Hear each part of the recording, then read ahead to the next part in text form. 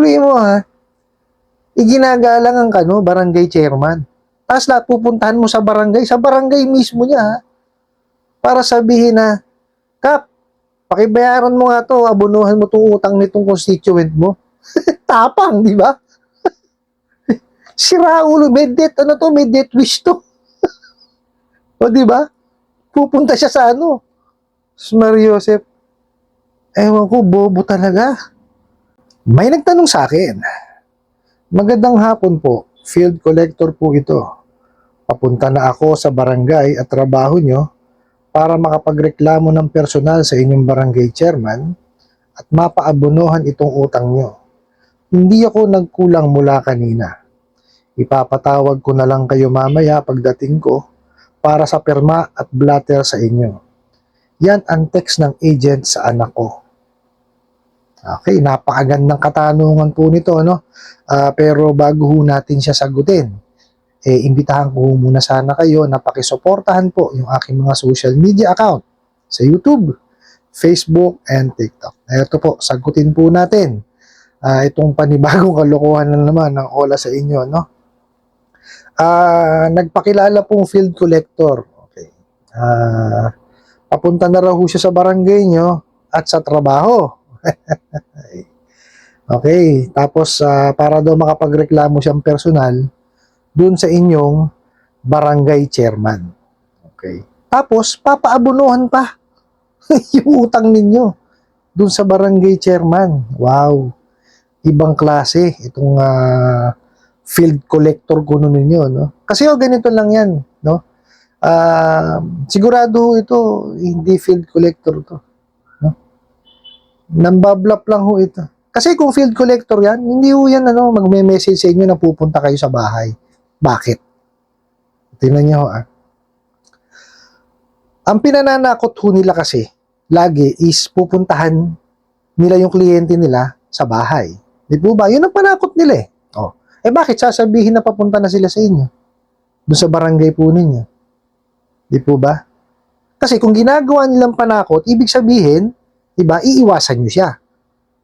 Di ba? Kasi ganun ho ang nila gustong palabasin eh. Na nakakatakot puntahan sa bahay ng field collector eh. Or di kaya sa barangay eh. Di po ba? Bakit kailangan nilang sabihin na pupunta na sila? O di po ba? Di ba bobo? Bakit kailangan mong ipaalam? Di ba? Napupunta ka. Ano gusto mong palabasin? Di ba? So, ibig sabihin, ang bablap lang to. Nananakot. Tapos, kalokohan pa sinabi. Pupunta raw sa barangay at trabaho. Alin ho ba unahin niya? Sa trabaho o sa barangay? Mahirap pong pagsabayin yun. Di po ba? Let's say pupunta siya sa barangay. Magrereklamo daw siya ng personal sa barangay chairman. Matigas sa mukha nito. Baka hindi siya makatungtong sa may harapan ng barangay. Damputin na siya eh. Alam niyo ho ba na ang barangay busit na dyan sa mga ola na yan. Kasi kagagamit nila, no? Sa barangay chairman, barangay kagawad, barangay secretary. Lahat na lang ho ng taga-barangay ginamit niya mga yan. Which is naglabas na po ng kautusan ang Supreme Court, no, na hindi na ho sila iintindihin sa barangay.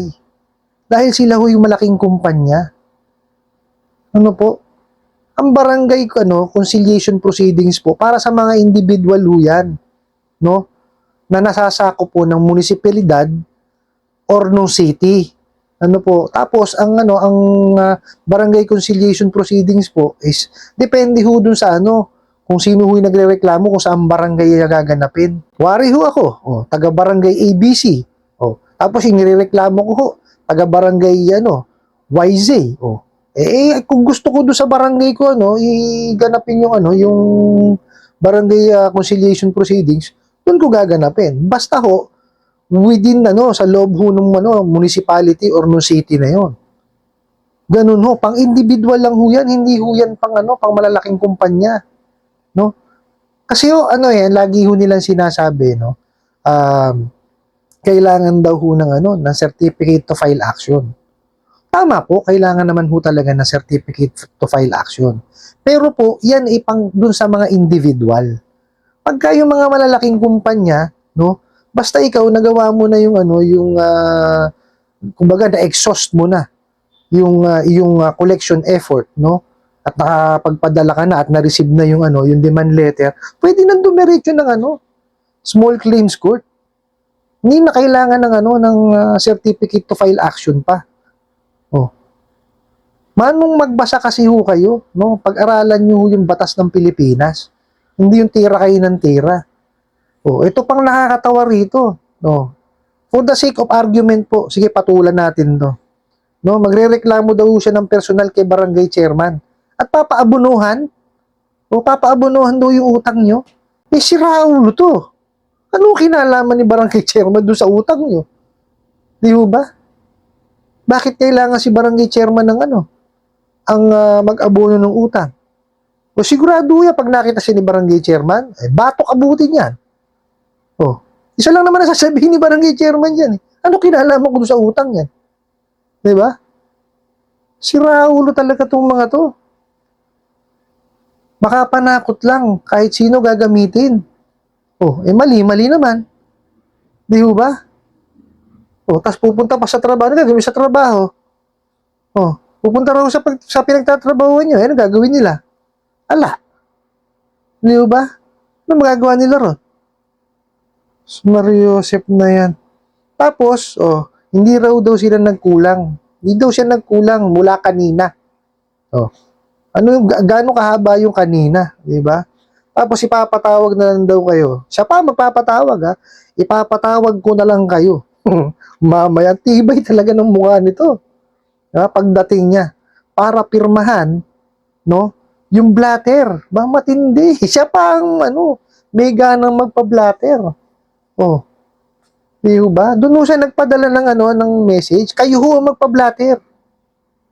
Pakita niyo ho yan. No? I-blatter niyo ho ng i-blatter sa barangay. No, yung mga ganyang klaseng ano, mga mensahe. Ano po? Tsaka ho, pumunta kayo sa pinakamalapit na police station. Para ano't ano man, meron ho kayong record. Pero yun yung ginagamit na panakot ha. Yung ano, yung pag-field sa ano, sa mga kliyente. No? Ginagawang panakot yung field collector. 'Di ba? Eh hindi nila alam yan ang traditional way ng paniningil. Yung pupuntahan ka sa bahay. Oh, kasi ano alam gawin niyang mga yan? No, magtago doon sa harapan ng computer nila. Manakot, mangharas. Oh, yan lang ang alam gawin niya mga bugok na yan. Sundin kung ano yung script nila. Oh. Kaya ako hindi naniniwalang field collector to, alam niyo kung bakit? Kasi pag kumatok ko ito sa bahay ninyo, no, itong bugok na field collector na tukuno, hindi ho makakapag ano sa inyo yan, makakapagsalita ng maayos. Alam niyo kung bakit? Eh wala naman ho siyang dalang script eh. Alam lang gawin yan, magbasa ng script. Oh. Ni hindi marunong makipag-interact yan. O anong gagawin sa inyo niya? Kakatok, hahanapin pangalan niya, tapos ngangangahan ka. Oh. Kasi walang alam sa paniningil yung mga yan. Hindi ho maglalakas ng loob ng ano yan na pumunta sa inyo. Opo, meron humangilan-ngilan na mga ano, online lending apps na nagpupunta sa bahay. Ano po, meron pong mangilan-ngilan.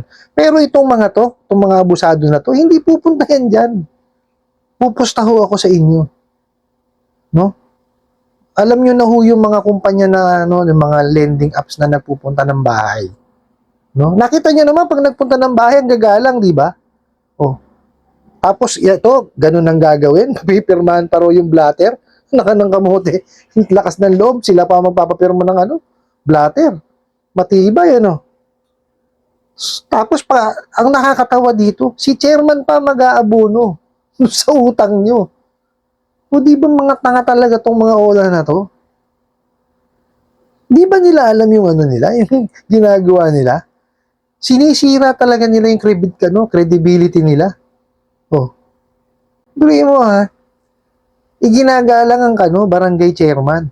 Tapos lahat pupuntahan mo sa barangay mismo niya ha, para sabihin na, Kap, pakibayaran mo nga to, abunuhan mo itong utang nitong constituent mo. Tapang, di ba? Sira ulo, may death wish to. O, di ba? Pupunta siya sa ano, Mario Joseph. Ewan ko, bobo talaga. Di ba? Hindi ko maintindihan ng takbo ng utak nitong mga maniningil kuno ng ano ng mga ola na to. Di ba? Pero ano, mag-ano sila, na masaya ako sa kanila dahil napapasaya nila ako. Di ba? Kasi, tingnan nyo ho wag nyo ho seryosohin yung mga mensahe na pinapadala nitong mga to. Kasi katawa-tawa ho eh. Di ba? Isipin nyo po kayo mismo. Sasabihin sa inyo nitong field collector ko na to, no, pupunta siya sa barangay para daw personal siya magreklamo. Talagang ano siya eh. Personal daw siya magreklamo kay barangay chairman. At papaabunuhan kay barangay chairman yung utang ninyo. Isipin nyo po, tama po ba yun? Diba? Ni sa hinagap, hindi ko maisip na kaya kong gawin yun. Ako, matagal na ako maniningil pero hindi ko ho nagawa. Ako, nagka-courtesy call ho ako sa mga barangay chairman. Kasi marami ho tayong mga kakilala mga barangay chairman, mga kapitan. Lalo ho dun sa area ko. No? Nagka-courtesy call ho ako, pumupunta ho ako doon. Kilala ho nila kasi ako eh. Di ba? Pero hindi ho ako maglalakas ng loob na lapitan si kapitan para singilin dahil dun sa utang ng kliyente. Ba, matibay talaga. Alam niyo po, no? Sa tagal ko na hong naging maniningil, ang dami ko na hong nakilala na barangay chairman, kagawad. Wala ho akong naging problema dyan sa mga yan. Ano po, kaya lang talaga ho sumusunod sila sa ano nila na talagang hindi ho kami po pwede, no? Na magpaano sa kanila, kumbaga humingi ng tulong sa kanila para ho kausapin yung constituent nila. Ano po, kasi ano ho hindi na ho kami sakop nun eh. Nagbigay na nga ho ng kautusan ng Supreme Court eh. Okay? Ngayon no, ang trabaho namin as field collector, no, ako, collector mismo, no, is pumunta ako sa bahay ng kliyente para kausapin. No, kausapin siya ng maayos, no, singilin siya ng maayos, bigyan siya ng ng option kung paano siya makakapagulog. 'Di ba? Hindi kagaya niyang ginagawa ng mga damuhong ola na 'yan. Puro pananakot ang ginagawa, puro panghaharas. 'Di ba? Walang naitulong sa mundo. Nagkamote. 'Di ba? Kayong mga ola, huwag niyong pinananakot yang pag-field, no? Yung pupuntahan sa bahay ang kliyente, huwag niyong gawing panakot yan. Kasi hindi niyo alam, no? Na ang pag-field, no? Yung mga field collector, yan ho ang traditional way ng paniningil. No? And which is yan yung talagang dapat. Meron yan dapat ugnayan. No? Dapat yan meron kayong nagiging conversation. No, nagbabatuhan kayo ng kuro-kuro ninyo kung paano mababayaran. May brainstorming yan. No, which is hindi nyo kayang gawin kasi wala kayong mga utak. No, hindi kayo gagana pag wala kayong script. Aminin nyo na sa sarili ninyo na hindi kayo marunong maningil kaya ganyan ang ginagawa ninyo. Puro perwisyo. Diba? Ang gusto nyo, sirain ang pag-iisip ng mga kliyente ninyo. Magkaroon ng anxiety, magkaroon ng depression. Paano kayo babayaran? Pag nagkasakit, sige nga, pag nagkasakit kasi yan, makakapasok ba sa trabaho yan? Paano kayo babayaran? Di ba naman kayo mga bugok? Di ba? Doon ho sa nagpadala ng tanong na ito, no, huwag niyo hong pansinin yung mga ganyan. Actually, tinatawanan ko, nakita nyo.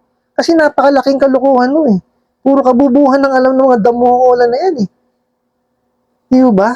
Huwag niyo siyang pansinin, no? I-relax niyo yung sarili ninyo. Pagtuunan niyo ng pansin is yung inyong hanap buhay. No? Tapos, mag-ipon ho kayo, no? Bayaran niyo siya one shot. No, total ganyan nakaranas kayo ng harassment sa kanila. Bayaran niyo na lang ho yung principal tsaka interest. Tapos, i-message nyo sila, tapos na ako. No? Bayad na ako sa inyo, ito na yung proof of payment ko. Tapos ano yun nyo ha, magbago na kayo ng SIM card kasi definitely yan, kukulitin kayo niyan. Pero bago nyo isaksak yung SIM card nyo doon sa telepono ninyong ginamit, no? Yung may naka-download ng applications nila. Bago nyo siya burahin, no? Tanggalan nyo muna ng access. No? May mga tutorial ho niyan sa YouTube, Facebook, tsaka sa TikTok. Hanapin nyo po. No? Kasi ang nahack niyan, yung telepono ninyo. No? Hindi ho yung SIM card. No? Pansinin nyo ho, kahit ilang SIM card na ho, ang palit nyo, nakailang palit na kayo ng SIM card, natatawagan pa rin kayo. Kasi ho, yung telepono ninyo ang nahack eh. Hindi ho yung SIM card eh. No? Ang nagamit nyo lang talaga, yung SIM card nyo sa pagre-register sa kanila. Kaya kayo natatawagan kasi yun nakaregister sa kanila eh. Pero kahit anong palit nyo ng SIM card, matatawagan pa rin kayo kasi pag sinaksak nyo yung SIM card, siyempre babasahin ng telepono yun. O makukuha ngayon nila yun. Kasi nga, may access pa rin sila eh. Ang nahack ho yung telepono ninyo. No? So, i-secure nyo ho yung telepono ninyo at i-secure nyo rin ho yung inyong social media. Kasi gagawa ho ng paraan yung mga bugok na yan para kayo ho kulitin at perwisyuhin. No? Tapos wag niyo na ho silang tangkiligin. Ano po? Ang gawin niyo ho kung talagang kailangan niyo manghiram, doon ho kayo sa mga bangko, lending at saka financing ho na rehistrado sa SEC. No? At least doon malaki-laki na, mahaba pa yung termino. Base ho no sa kakayanan niyo magbayad.